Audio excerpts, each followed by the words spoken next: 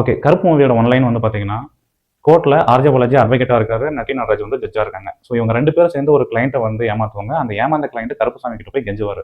So Karuppusamy வந்து சூர்யா அவதாரத்துல வந்து எப்படி இந்த கிளையண்ட்டுக்கு ஹெல்ப் பண்றாரு, எப்படி வந்து ஆர்ஜே பாலாஜிய டிஃபீட் பண்றாங்க அப்படின்றது தான் இந்த ஹோல் மூவியே. பட் இடையில நெறைய இன்ட்ரஸ்டிங் எலிமெண்ட்ஸ் எல்லாம் இருக்கு. அது நல்லாவே ஒர்க் ஆயிருக்கு. எஸ். சூர்யா சார் வந்து இதுல காட் ரோல் ப்ளே பண்ணியிருக்காரு. அது நல்லாவே ஆப்டும் ஆயிருக்கு. அப்புறம் இந்த மூவில வந்து இன்னும் சில எலிமெண்ட்ஸ் எல்லாம் ஆட் பண்ணியிருக்காங்க. அது நல்லாவே ஒர்க் ஆயிருக்கு.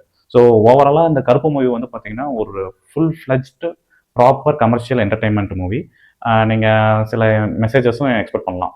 ஸோ நீங்க தியேட்டர்ல போயிட்டு மூவிய பாருங்க. இது கண்டிப்பா உங்களுக்கு பிடிக்கும். ஏன்னா நெறைய மாஸ் எலிமெண்ட், கூஸ்பம்ப் எலிமெண்ட் எல்லாம் நெறைய இருக்கு இந்த மூவில. இதோட பிளஸ்ன்னு பார்த்தீங்கன்னா, பிஜிஎம் தான்.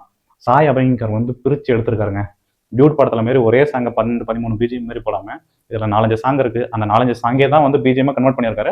பட் இதுல நல்லாவே ஒர்க் ஆயிருக்குன்னு வச்சுக்கங்க. கூஸ்பம்ப் மொமெண்ட்ஸ்க்கெல்லாம் வந்து இந்த பிஜிஎம் வந்து செமையாவே ஆப்ட் ஆயிரும். ஸோ அதனால இவர் அன்பான ஃபேன்ஸ் கிட்ட வந்து தப்பிச்சிட்டாரு. இல்லன்னா உண்டு இல்லன்னு பண்ணியிருப்பாங்க. நெக்ஸ்ட் வந்து பார்த்தீங்கன்னா, சூர்யா சாரோட ஆக்டிங். அவர் ஆக்டிங்க சொல்லவா வேணும். பயங்கரமா பிச்சு உதறிட்டாரு.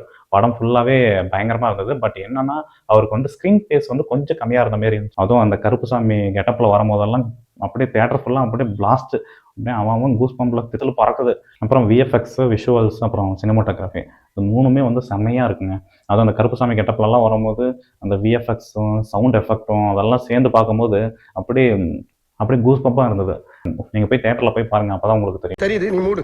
அடுத்து ரெஃபரன்ஸ்.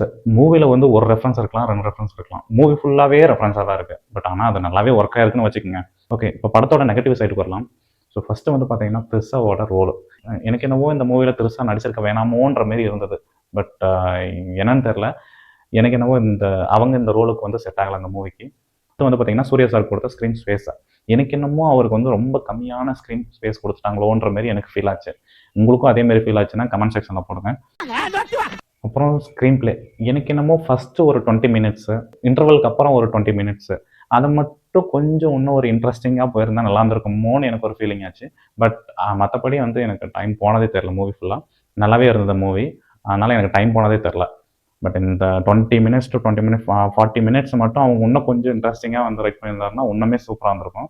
அப்புறம் வில்லன் ரோல். இதுல ஆர்ஜே பாலாஜி தான் வில்லனா நடிச்சிருக்காரு. எனக்கு என்னவோ ஒரு வில்லன் ரோலுக்கு வந்து ஆப்டான ஒரு ஆக்டரா தெரியல.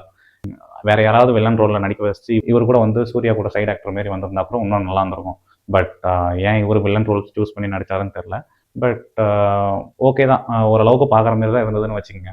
ஸோ ஆக மொத்தத்துல நீங்க படத்த பார்க்கணும்னு ஐடியா இருந்ததுன்னா, இந்த வெள்ள சட்டை, பச்சை சட்டை, ப்ளூ சட்டை, முக்கியமா ப்ளூ சட்டைங்க.